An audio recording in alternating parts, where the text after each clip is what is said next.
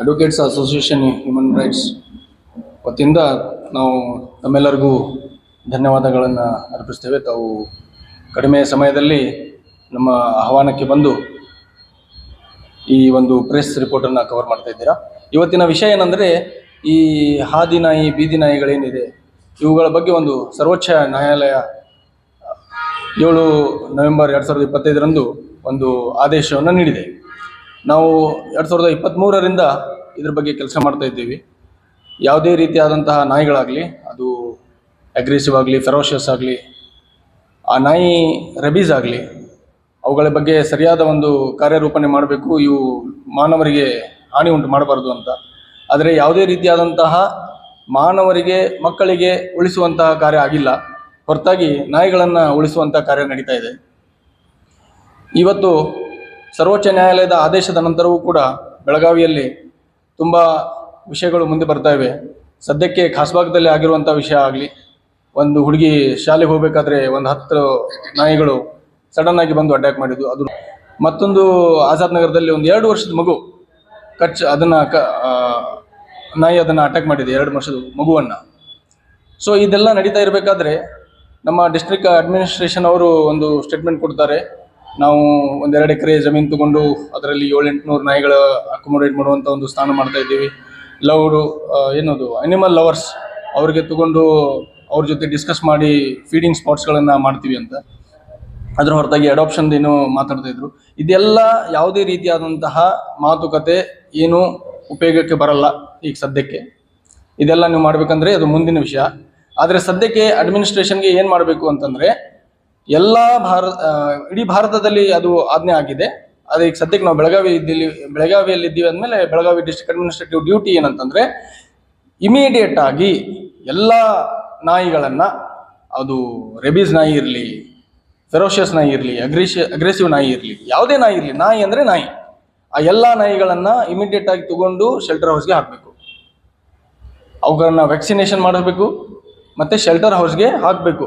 ಹೊಳ್ಳಿ ಬಿಡುವಂತಹ ಎಲ್ಲೂ ಸರ್ವೋಚ್ಚ ನ್ಯಾಯಾಲಯ ಆದೇಶ ಕೊಟ್ಟಿಲ್ಲ. ನಾಯಿಗಳನ್ನು ಮೊದಲು ಹಿಡಿಬೇಕು ನೀವು, ಅವುಗಳನ್ನು ಶೆಲ್ಟರ್ ಹೌಸ್ಗೆ ಹಾಕಬೇಕು, ಅದನ್ನು ಹೊಳ್ಳಿ ಬಿಡಬಾರ್ದು. ಇದು ಫಸ್ಟ್ ಆಜ್ಞೆ. ಆದರೆ ಈ ಆಜ್ಞೆ ಇನ್ನೂ ಮಟ್ಟ ಫಾಲೋ ಆಗಿಲ್ಲ. ಅದನ್ನು ಹೊರತಾಗಿ ಯಾರಿಗೆ ಅಡಾಪ್ಟ್ ಮಾಡುವಂಥ ಸ್ಕೀಮು, 2 ಎಕರೆ ಜಮೀನು ತೊಗೊಂಡು ನಾವೇನು ಮಾಡ್ತೀವಿ, ಅದನ್ನು ವ್ಯಾಕ್ಸಿನ್ ಮಾಡಿ ಮತ್ತೆ ಹೊಳ್ಳಿ ಬಿಡ್ತೀವಿ ಅನ್ನುವಂಥ ಮಾತು ಬರ್ತಾ ಇದೆ. ಸರ್ವೋಚ್ಚ ನ್ಯಾಯಾಲಯದಲ್ಲಿ ಎಲ್ಲೂ ಕೂಡ ಆ ನಾಯಿಗಳನ್ನು ವ್ಯಾಕ್ಸಿನೇಷನ್ ಮಾಡಿ ಮತ್ತೆ ಹೊಳ್ಳಿ ಬಿಡ್ರಿ ಅಂತ ಆದೇಶ ಆಗಿಲ್ಲ.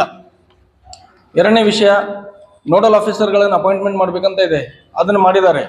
ಆದರೆ ಯಾವ ನೋಡಲ್ ಆಫೀಸರ್ ಎಲ್ಲಿದ್ದಾರೆ, ಅವ್ರದ್ದು ಡೆಸಿಗ್ನೇಷನ್ ಏನಿದೆ, ಅವ್ರಿಗೆ ಯಾವ ರೀತಿಯಾಗಿ ನಾವು ಕಾಂಟ್ಯಾಕ್ಟ್ ಮಾಡಬೇಕು, ಅದ್ರ ಬಗ್ಗೆ ಯಾವುದೂ ಮಾಹಿತಿ ಇಲ್ಲ. 3ನೇ ವಿಷಯ, ಎಲ್ಲ ಇನ್ಸ್ಟಿಟ್ಯೂಷನ್ಸ್ಗಳನ್ನು ಫೆನ್ಸಿಂಗ್ ಮಾಡಬೇಕು ಅಂತ ಇದೆ.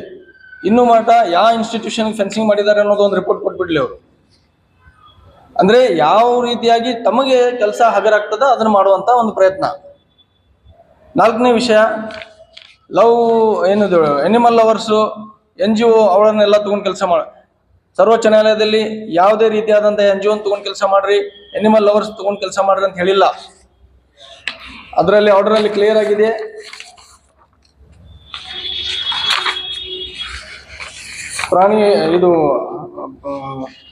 ಪ್ರಾಣಿಗಳ ಒಂದು ಏನು ಅಸೋಸಿಯೇಷನ್ ಇದೆ, ಅನಿಮಲ್ ವೆಲ್ಫೇರ್ ಅಸೋಸಿಯೇಷನ್, ಅಫಿಷಿಯಲ್ ಆಗಿದೆ, ಅದು ಗೌರ್ಮೆಂಟಿಂದ. ಅದೇನಿದ್ರು ಅವರೇ ಮಾಡಬೇಕು. ಇವ್ರಿಗೆ ನೀವು ನಿಮ್ಮ ಜಿಮ್ಮೆದಾರಿಯನ್ನು ಸರ್ಪಾಸ್ ಮಾಡೋಕ್ಕೆ ಪ್ರಯತ್ನ ಮಾಡಬಾರ್ದು.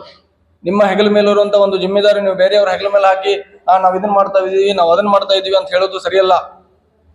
ಫಸ್ಟ್ ಆಗಿ ನೀವು ಏನು ಮಾಡಬೇಕು ಅಂತಂದರೆ, ಈ ಇರುವಂತಹ ನಾಯಿಗಳನ್ನು ಎತ್ತು ಹಾಕ್ಕೊಂಡು ಅವುಗಳಿಗೆ ಶೆಲ್ಟರ್ ಹೌಸಲ್ಲಿ ಹಾಕಬೇಕು. 2ನೇದು 3ನೇದು ಎಲ್ಲ ಆಮೇಲೆ.